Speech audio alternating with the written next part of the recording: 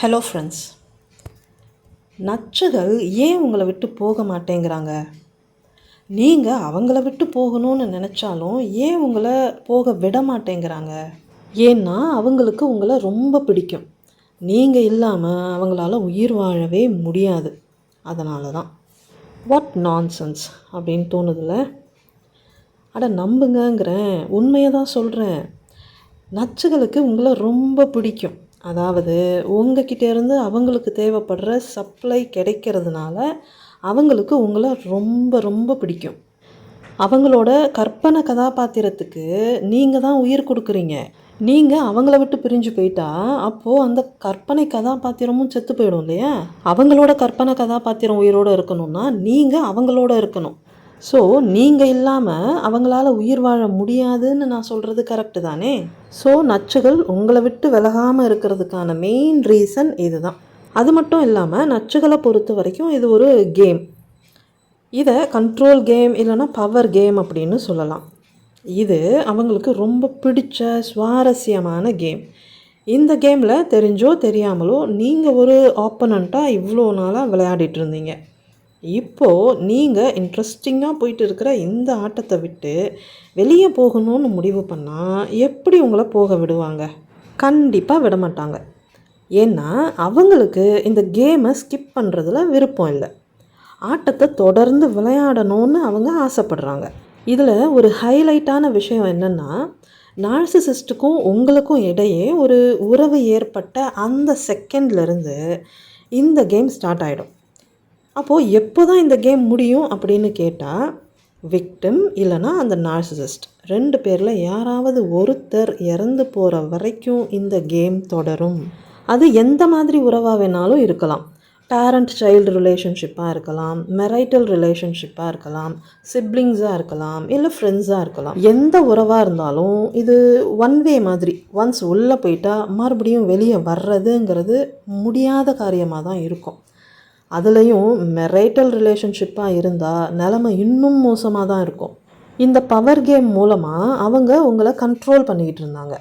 அவங்களுக்கு உங்கள் மேலே இருந்த ஆளுமையை என்ஜாய் பண்ணிகிட்டு இருந்தாங்க. அவங்களால நீங்கள் சஃபர் ஆகிட்டு இருந்ததை அவங்க ரசிச்சுக்கிட்டு இருந்தாங்க.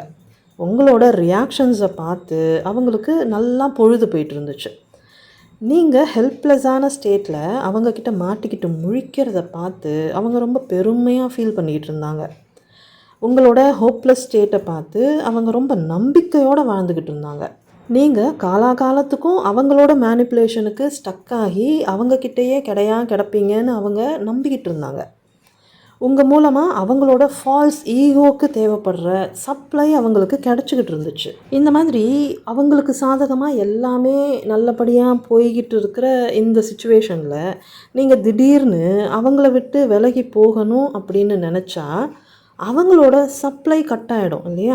அது மட்டும் இல்லாமல் அவங்களுக்கு உங்கள் மேலே இருந்த கண்ட்ரோல் விட்டு போகும். நீங்கள் அவங்கள விட்டு விலகி போகிறதன் மூலமாக அவங்களுக்கு உங்கள் மேலே எந்த பவரும் இல்லைன்னு நீங்கள் ப்ரூவ் பண்ணுறீங்க. அப்படி ஒரு பவர்லெஸ்ஸான ஸ்டேட்டை நச்சுகளால் ஜீரணம் பண்ணவே முடியாது. அப்படியெல்லாம் நடந்துட்டால் அவங்களோட ஃபால்ஸ் ஈகோ டேமேஜ் ஆகும். அவங்க ரொம்ப ஒர்த்லெஸ்ஸாக ஃபீல் பண்ணுவாங்க. அப்போது அவங்க பவர்ஃபுல்லாக ஃபீல் பண்ணணுன்னா மறுபடியும் இந்த கேம் கண்டினியூ ஆகணும். நீங்கள் மறுபடியும் அவங்க கூட ஒன்று சேரணும். அதுக்காக அவங்க என்ன வேணாலும் பண்ணுவாங்க.